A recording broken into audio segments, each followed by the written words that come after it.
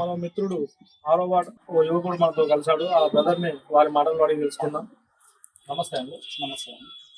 ఈ మున్సిపాలిటీ స్థానిక ఎలక్షన్స్ వచ్చాయి కదా, మీ మాజీ వార్డు నెంబర్ వల్ల మీ వార్డు ఆరో వార్డు అభివృద్ధి జరిగిందా జరగలేదు? అందరికి నమస్కారం అండి. నా పేరు ప్రకాష్.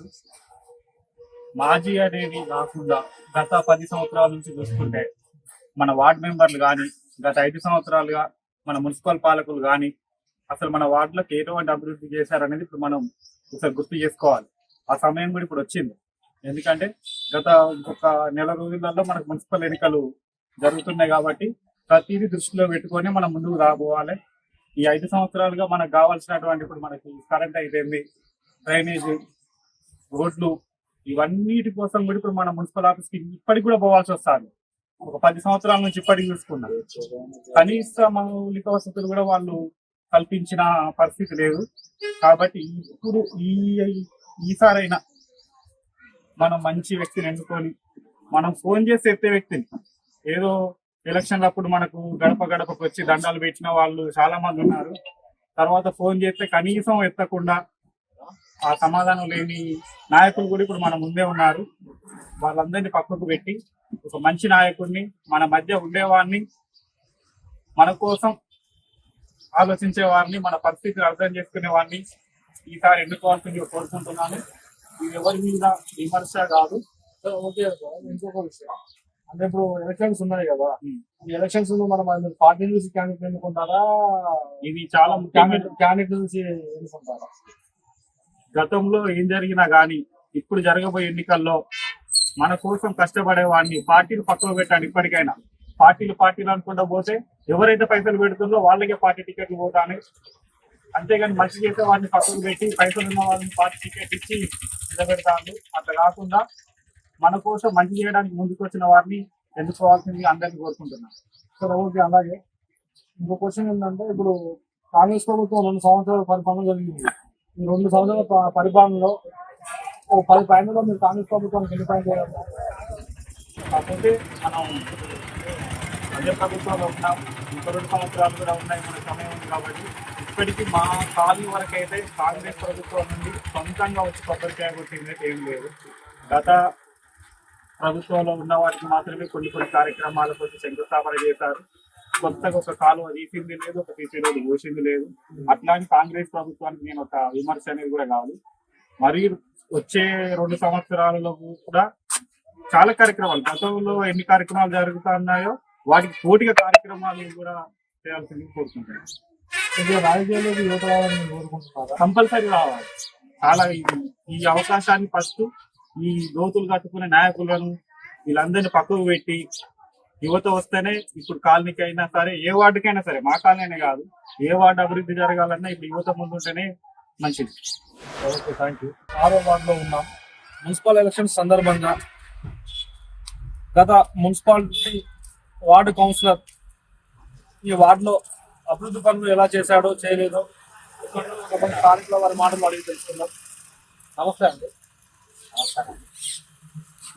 చెప్పండి, ఇప్పుడు మున్సిపల్ ఎలక్షన్స్ కదా ఆరో వార్డులో, ఇక్కడ వార్డు కౌన్సిలర్, మాజీ వార్డు కౌన్సిలర్ మీ మున్సిపాలిటీ ఆరో వార్డు ఎంతవరకు అభివృద్ధి చేశాడు? ముందుగా యూనివర్స్ ప్రేక్షకులందరికీ హృదయపూర్వక నమస్కారాలు.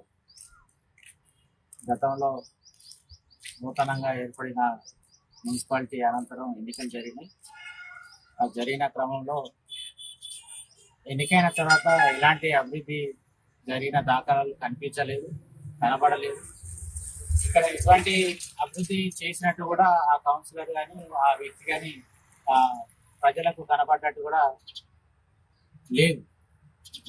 ఇంతకు ముందు మేజర్ గ్రామ పంచాయతీ ఉన్న టైంలోనే చేసిన అభివృద్ధి మాత్రమే ఈ ఆరో వార్డులో ఉండబడింది.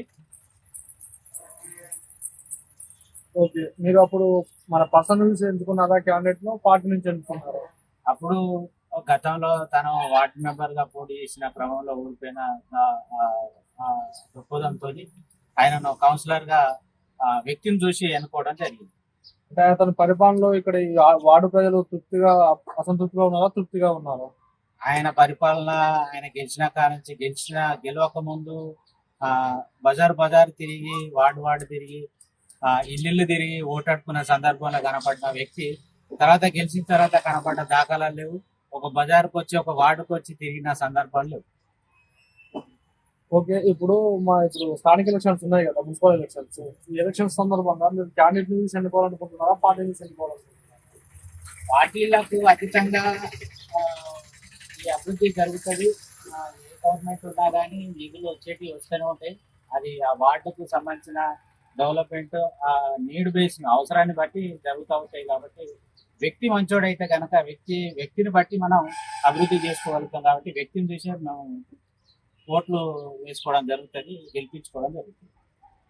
ఓకే, ఇప్పుడు రెండు సంవత్సరాలుగా కాంగ్రెస్ పార్టీ పాలన కొనసాగుతుంది కదా, అందులో ఇప్పుడు మీరు కాంగ్రెస్ పార్టీ పాలనను ఉద్దేశించి 10 మార్కులకు ఎన్ని మార్కులు ఇస్తారు మీరు?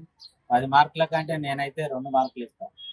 ఎందుకంటే కాంగ్రెస్ ప్రభుత్వం గెలిచి ఎమ్మెల్యే గెలిచి నేటికి 2 సంవత్సరాలు పూర్తయినా కానీ ఒక్కసారో 2 సార్లు వచ్చిన సందర్భం ఇక్కడ ఈ వార్డుకి తొర్రూరు డివిజన్ ఏర్పడి ఇంత పెద్ద పట్టణంలో పెద్ద కాలనీ 6వ వార్డు చైర్మన్ గా చేసిన ఈ వార్డు కనీసం ఒక్కసారి వచ్చిన సందర్భం కూడా కనిపించలేదు ఎమ్మెల్యే గారు. ఆ వార్డు అభివృద్ధికి కానీ వార్డు సంక్షేమ పథకాలు మంజూరు చేసే విషయంలో కానీ వార్డు కార్యకర్తలకు కానీ వార్డు ప్రజలకు కానీ కలిసిన సందర్భాలు కూడా లేవు. పోతే కూడా అపాయింట్మెంట్ ఇచ్చిన సందర్భాలు కూడా తక్కువ. సరే, ఓకే, ఇప్పుడు మీరు క్యాండిడేట్ నుంచి ఎన్నుకోవాలనుకుంటారా, వ్యక్తిని పార్టీ నుంచి ఎన్నుకోవాలనుకుంటారా? క్యాండిడేట్ చూసి ఎన్నుకోవాలి. ఎందుకంటే పార్టీలు ఇప్పుడు ఇంకొక 2 సంవత్సరాలు ఉంది కాంగ్రెస్ గవర్నమెంట్, తర్వాత ఏ గవర్నమెంట్ వస్తుందో తెలియదు కదా. వ్యక్తి మంచోడైతే వ్యక్తి అభివృద్ధి చేయగలుగుతాడు, మంచి విజన్ ఉన్నది, యువత ముందుకు రావాలని కోరుకుంటాను. ఇక్కడ యువత రాజకీయాలకు ముందుకు రావడానికి ఆశిస్తున్నాం. కంపల్సరీ యువత ముందుకు రావాలి, రాజకీయాల్లో రావాలి. యువత ప్రశ్నించగలుగుతుంది, ప్రజలకు సమాధానం చెప్పగలుగుతుంది, యువతకు కూడా సమాధానం చెప్పగలుగుతుంది. యువతకు అవసరమైతే ఉపాధి కూడా కల్పించే అవకాశం ఉంటుంది. ఆ విజన్ తోని ముందుకు వెళ్తారు యువత. మరి మీ 6వ వార్డులో ఎలా ముందుకు వెళ్ళాలనుకుంటారు, ఎలా అభివృద్ధి చెందుతారని ఆశిస్తారు? వాటికి ఎలక్షన్లు మాకు ముఖ్యం కాదు. ఇప్పుడు అంబేద్కర్ నగర్ మరో బజార్లో ఉన్నాము 6వ వార్డులో. ఇప్పుడు ఇక్కడ ఇంకో మిత్రుడు కలిశాడు. ఇప్పుడు అతని మాటల్లో మున్సిపాలిటీ అభివృద్ధి గురించి తెలుసుకుందాం. నమస్తే కదా. నమస్తే. ఇప్పుడు మున్సిపాలిటీ ఎలక్షన్స్ వచ్చాయి కదా, ఈ ఎలక్షన్స్ సందర్భంగా గత మాజీ వార్డు మెంబర్ మీ 6వ వార్డులో చేసిన అభివృద్ధి గురించి కొంచెం మాకు వివరిస్తారా? ఏమైనా అభివృద్ధి చేశారా, చేయలేదా? అభివృద్ధి అనే విషయాన్ని పక్కన పెడితే ప్రజలను మోసం చేసిన కార్యక్రమాలు చాలా కనపడుతున్నాయి. ఎందుకంటే మనోడు మనకు ఏదో అభివృద్ధి చేస్తాడన్నట్టు మనం ఎన్నుకున్న కార్యక్రమంలో ఎన్నుకోబడ్డాక కూడా కేవలం స్వలాభాన్ని చూసుకున్నాడు తప్ప ప్రజల సమస్యల మీద దృష్టి పెట్టకపోవడం బాధాకరమైన విషయం. ఎందుకంటే ఈ రోజులలో చూసుకుంటే మనకు ఉన్న వార్డు విషయంలో కానీ టౌన్లో కానీ ఎక్కడైనా కానీ సమస్యల పరిష్కారం అయినప్పుడే అది వార్డు పరంగానైనా మున్సిపాలిటీ పరంగానైనా అభివృద్ధి చెందుతున్నట్టు అనుకుంటాం. కానీ సమస్యల మీద పరిష్కారాన్ని పక్కన పెట్టి మిగతా విషయాల మీద ఫోకస్ చేయడం వల్ల అది చాలా వరకు బాధాకరమైన విషయం.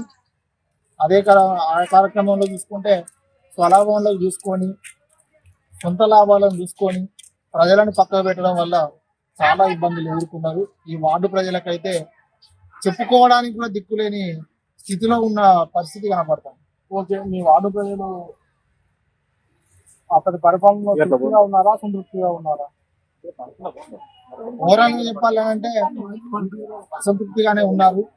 ఎందుకంటే ఆయన చేసిన పనిని చెప్పుకోవడానికి కూడా ఎక్కడ కనిపించే విధంగా లేదు. కాబట్టి ముందు వచ్చే నాయకులైనా కూడా రేపు వచ్చే మున్సిపల్ ఎన్నికల్లో యువత ముందుకు రావాలి, వాళ్ళ యొక్క ఆదర్శాలను ప్రజల్లోకి తీసుకెళ్ళాలి. ఒక సిద్ధాంతం పరంగా చూసుకొని ప్రజల్లో చైతన్యాన్ని పెంపొందించి యువత ఎన్నికయి ఈ వార్డును అదే విధంగా ఈ గ్రామాన్ని అభివృద్ధి పదంలో తీసుకువెళ్లే దిశగా ముందుకు సాగాలని మీ ద్వారా వేడుకుంటున్నాను. Okay, thank you brother. అలాగే ఇప్పుడు స్థానిక ఎలక్షన్స్ ఉన్నాయి కదా, మున్సిపల్ ఎలక్షన్స్. మరి ఇప్పుడు మీరు క్యాండిడేట్ ను పర్సన్ నుంచి ఎన్నుకుంటారా, పార్టీ నుంచి ఎన్నుకుంటారా? పార్టీ అనేది పైసలతో కూడుకున్న పని. డబ్బు ఉంటే ఏ పార్టీ అయినా ఓకే, కానీ పర్సన్ మాత్రం వ్యక్తిగతంగా చూడాల్సిన అవసరం ఉంది. ఎందుకంటే ఇది ఎమ్మెల్యే ఎలక్షన్, ఎంపీ ఎలక్షన్ కాదు. ఇప్పుడు మన స్థానిక ఎలక్షన్.